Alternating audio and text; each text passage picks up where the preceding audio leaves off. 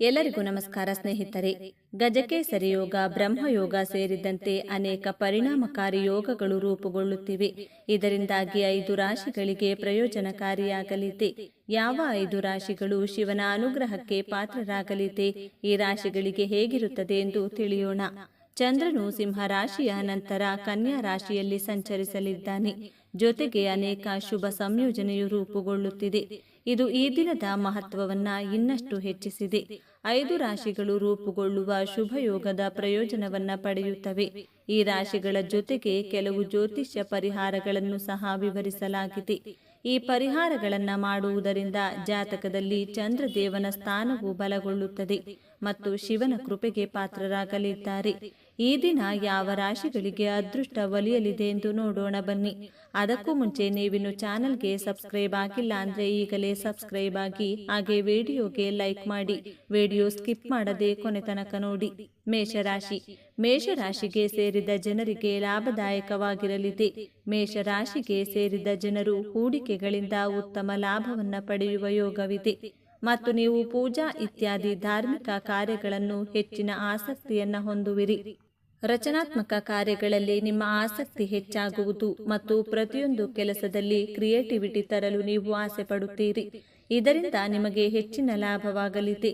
ಕೆಲಸವನ್ನ ಮಾಡುವ ಮೇಷರಾಶಿಗೆ ಸೇರಿದ ಜನರು ನಿಮ್ಮ ಕೆಲಸದ ಸ್ಥಳದಲ್ಲಿ ದೀಪಾವಳಿಗಾಗಿ ಉಡುಗೊರೆ ಅಥವಾ ರಜೆಯನ್ನ ಪಡೆಯುವ ಸಾಧ್ಯತೆ ಇದೆ.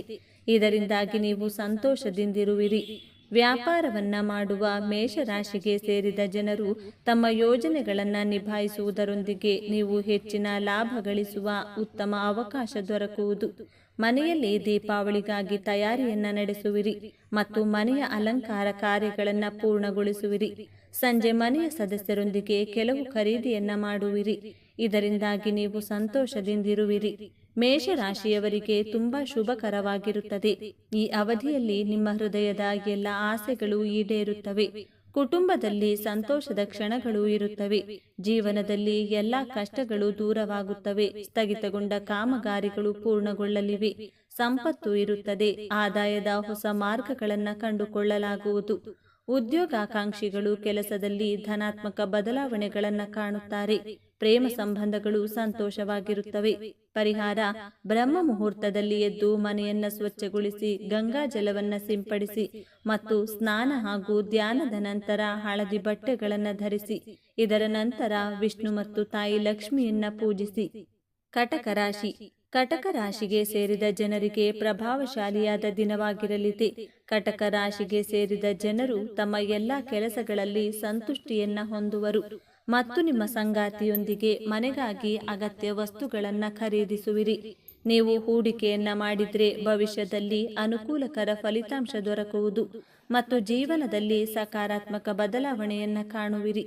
ನಿಮ್ಮ ತಾಯಿಯೊಂದಿಗೆ ನೀವು ಉತ್ತಮ ಸಂಬಂಧವನ್ನ ಹೊಂದದೇ ಇದ್ರೆ ನಿಮ್ಮ ಸಂಬಂಧ ಬಲಗೊಳ್ಳುವುದು ಮತ್ತು ಅವರ ಸಲಹೆಯಿಂದ ನೀವು ಲಾಭವನ್ನ ಪಡೆಯುವಿರಿ.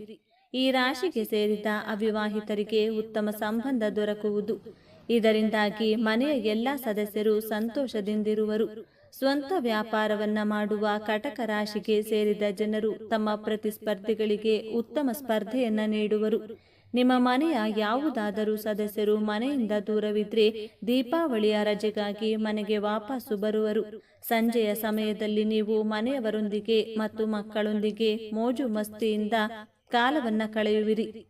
ಕರ್ಕ ರಾಶಿಯ ಜನರಿಗೆ ತುಂಬಾ ಪ್ರಯೋಜನಕಾರಿಯಾಗಿದೆ. ಈ ರಾಶಿ ಚಕ್ರ ಚಿಹ್ನೆಯಲ್ಲಿ ಶುಕ್ರ ಮತ್ತು ಗುರುಗಳ ಸಂಯೋಗವು 12ನೇ ಮನೆಯಲ್ಲಿ ನಡೆಯುತ್ತಿದೆ. ಅಂತಹ ಪರಿಸ್ಥಿತಿಯಲ್ಲಿ ನೀವು ಆಧ್ಯಾತ್ಮಿಕತೆಯ ಕಡೆಗೆ ಹೆಚ್ಚು ಒಲವು ತೋರುತ್ತೀರಿ. ಧಾರ್ಮಿಕ ಕಾರ್ಯಗಳಲ್ಲಿ ಸಕ್ರಿಯವಾಗಿ ಭಾಗವಹಿಸಬಹುದು. ದೀರ್ಘಕಾಲದ ಸಮಸ್ಯೆಗಳು ಈಗ ಕೊನೆಗೊಳ್ಳಬಹುದು. ಇದರೊಂದಿಗೆ ವಿದೇಶಕ್ಕೆ ಹೋಗುವ ನಿಮ್ಮ ಕನಸು ನನಸಾಗಬಹುದು. ನೀವು ವಿದೇಶದಲ್ಲಿ ಕೆಲಸ ಮಾಡುತ್ತಿದ್ರೆ ನೀವು ಉತ್ತಮ ಆರ್ಥಿಕ ಲಾಭವನ್ನ ಪಡೆಯಬಹುದು. ಪರಿಹಾರ: ವಿಷ್ಣುವಿನೊಂದಿಗೆ ತುಳಸಿ ದೇವಿಯನ್ನ ಪೂಜಿಸಿ ಮತ್ತು ಬೆಳಿಗ್ಗೆ ಹಾಗೂ ಸಂಜೆ ತುಪ್ಪದಿಂದ ದೀಪವನ್ನ ಬೆಳಗಿಸಿ. ತುಳಸಿಯ ಮುಂದೆ ಕುಳಿತು ತುಳಸಿ ಮಾಲೆಯೊಂದಿಗೆ ಓಂ ನಮೋ ಭಗವತೆ ವಾಸುದೇವಾಯ ಮಂತ್ರವನ್ನ 108 ಬಾರಿ ಪಠಿಸಿ. ಸಿಂಹರಾಶಿ. ಸಿಂಹರಾಶಿಗೆ ಸೇರಿದ ಜನರಿಗೆ ಸಂತೋಷದ ದಿನವಾಗಿರುವುದು. ಸಿಂಹರಾಶಿಗೆ ಸೇರಿದ ಜನರು ವ್ಯವಹಾರದಲ್ಲಿ ಅತ್ಯಂತ ವಿನಯ ಮತ್ತು ಮೃದು ಮಾತಿನಿಂದಾಗಿ ನೀವು ಬೇರೆಯವರಿಂದ ನಿಮ್ಮ ಕೆಲಸವನ್ನ ಮಾಡಿಸುವಲ್ಲಿ ಯಶಸ್ಸು ಕಾಣುವಿರಿ. ಶಿವನ ಕೃಪೆಯಿಂದಾಗಿ ನೀವು ಸಂತೋಷ ಮತ್ತು ಸಮೃದ್ಧಿಯನ್ನ ಹೊಂದುವಿರಿ ಮತ್ತು ನಿಮ್ಮ ಬ್ಯಾಂಕ್ ಬ್ಯಾಲೆನ್ಸ್ ಸಾಕಷ್ಟು ಹೆಚ್ಚಾಗುವ ಸಾಧ್ಯತೆ ಇದೆ. ನಿಮ್ಮ ಹಣವು ಈಗಾಗಲೇ ಕಳೆದು ಹೋಗಿದ್ರೆ ನೀವು ಅದನ್ನು ವಾಪಸ್ ಪಡೆಯುವ ಸಂಭವವಿದೆ. ಇದರಿಂದಾಗಿ ನಿಮ್ಮ ಪ್ರೀತಿ ಪಾತ್ರರೊಂದಿಗಿನ ನಿಮ್ಮ ಸಂಬಂಧ ಸಾಕಷ್ಟು ಸುಧಾರಿಸುವುದು. ಈ ರಾಶಿಗೆ ಸೇರಿದ ಜನರು ದಿನಪೂರ್ತಿ ಕೆಲಸದಲ್ಲಿರುವವರು ಮತ್ತು ಹೆಚ್ಚಿನ ಲಾಭವನ್ನ ಪಡೆಯುವುದರಿಂದ ಸಂತೋಷದಿಂದ ಇರುವವರು. ಕುಟುಂಬ ಅಥವಾ ವೈವಾಹಿಕ ಜೀವನದಲ್ಲಿನ ಎಲ್ಲ ಸಮಸ್ಯೆಗಳು ದೂರವಾಗುವುದು ಮತ್ತು ನಿಮ್ಮ ಸಂಬಂಧ ಬಲಗೊಳ್ಳುವುದು. ಮನೆಯ ಮಕ್ಕಳೊಂದಿಗೆ ನೀವು ಮೋಜು ಮಸ್ತಿಯಿಂದ ಸಮಯವನ್ನ ಕಳೆಯುವಿರಿ. ಪರಿಹಾರ: ಲಕ್ಷ್ಮೀನಾರಾಯಣನು ಅರಳಿವರದಲ್ಲಿ ವಾಸವಾಗಿರುತ್ತಾನೆ. ಆದ್ದರಿಂದ ಈ ದಿನ ತುಪ್ಪದ ದೀಪವನ್ನ ಬೆಳಗಿಸಿ ಮತ್ತು 7 ಅಥವಾ 11 ಬಾರಿ ಪ್ರದಕ್ಷಿಣೆ ಹಾಕಿ. ಮಕರ ರಾಶಿ. ಮಕರ ರಾಶಿಗೆ ಸೇರಿದ ಜನರಿಗೆ ಉತ್ಸಾಹದಿಂದ ಕೂಡಿರುವ ದಿನವಾಗಿರಲಿದೆ. ಮಕರ ರಾಶಿಗೆ ಸೇರಿದ ಜನರಿಗೆ ವಿಶೇಷವಾಗಿರುವುದು, ಏಕೆಂದರೆ ಬೆಳಿಗ್ಗೆಯಿಂದಲೇ ನೀವು ಶುಭ ಸುದ್ದಿಯನ್ನ ಪಡೆಯುವಿರಿ ಮತ್ತು ಒಂದರ ನಂತರ ಇನ್ನೊಂದರಂತೆ ಜೀವನದಲ್ಲಿ ಹೆಚ್ಚಿನ ಅನುಕೂಲವಾಗಲಿದೆ. ಈ ಅವಧಿಯಲ್ಲಿ ನಿಮ್ಮ ಸ್ಥಿತಿ ಸಾಕಷ್ಟು ಬಲಗೊಳ್ಳಲಿದೆ. ಪ್ರೀತಿಯಲ್ಲಿರುವ ಮಕರ ರಾಶಿಗೆ ಸೇರಿದ ಜನರಿಗೆ ಉತ್ತಮವಾದ ದಿನವಾಗಿರಲಿದೆ. ನೀವು ನಿಮ್ಮ ಸಂಗಾತಿಯನ್ನ ನಿಮ್ಮ ಪ್ರೀತಿ ಪಾತ್ರರಿಗೆ ಭೇಟಿ ಮಾಡಿಸುವಿರಿ. ಇದರಿಂದಾಗಿ ಅವರು ನಿಮ್ಮ ಮದುವೆಗೆ ಒಪ್ಪಿಗೆ ಸೂಚಿಸುವ ಸಾಧ್ಯತೆ ಇರುತ್ತದೆ. ಈ ರಾಶಿಗೆ ಸೇರಿದ ಕೆಲಸವನ್ನ ಹುಡುಕುತ್ತಿರುವ ಜನರು ಯಶಸ್ಸು ಕಾಣುವರು. ಸಂಜೆ ನೀವು ನಿಮ್ಮ ಪ್ರೀತಿ ಪಾತ್ರರೊಂದಿಗೆ ಮಹತ್ವಪೂರ್ಣ ವಿಷಯದ ಬಗ್ಗೆ ಚರ್ಚೆಯನ್ನು ನಡೆಸುವಿರಿ. ಪರಿಹಾರ: ಉದ್ಯೋಗ ಮತ್ತು ವ್ಯವಹಾರದಲ್ಲಿ ಪ್ರಗತಿಗಾಗಿ ಉಪವಾಸವನ್ನ ಮಾಡಿ ಮತ್ತು ವಿಷ್ಣುವನ್ನ ಭಕ್ತಿಯಿಂದ ಪೂಜಿಸಿ ಮತ್ತು ವಿಷ್ಣು ಸಹಸ್ರನಾಮವನ್ನ ಪಠಿಸಿ. ಜೊತೆಗೆ ಇಡೀ ಮನೆಗೆ ಗಂಗಾ ಜಲವನ್ನ ಸಿಂಪಡಿಸಿ. ಕುಂಭರಾಶಿ. ಕುಂಭರಾಶಿಗೆ ಸೇರಿದ ಜನರಿಗೆ ವಿಶೇಷವಾಗಿ ಲಾಭದಾಯಕವಾಗಿರಲಿದೆ. ಕುಂಭರಾಶಿಗೆ ಸೇರಿದ ಜನರಿಗೆ ರೋಗ ನಿರೋಧಕ ಶಕ್ತಿ ಬಲಗೊಳ್ಳುವುದು ಮತ್ತು ನಿಮ್ಮ ಆರೋಗ್ಯ ಉತ್ತಮವಾಗಿರುತ್ತದೆ. ಹಣವನ್ನ ಗಳಿಸುವ ಹೆಚ್ಚಿನ ಸಾಮರ್ಥ್ಯವನ್ನ ಹೊಂದುವಿರಿ. ಯಾವುದಾದರೂ ತಂತ್ರಜ್ಞಾನ ಆಧಾರಿತ ವಸ್ತುಗಳನ್ನು ಖರೀದಿಸುವಿರಿ. ಸಾಮಾಜಿಕ ಮತ್ತು ಧಾರ್ಮಿಕ ಕಾರ್ಯಗಳಲ್ಲಿ ನೀವು ಭಾಗವಹಿಸುವಿರಿ. ಇದರಿಂದ ನಿಮಗೆ ಮಾನಸಿಕ ಶಾಂತಿ ದೊರಕುವುದು ಮತ್ತು ಗೌರವ ಖ್ಯಾತಿ ಹೆಚ್ಚಾಗುವುದು.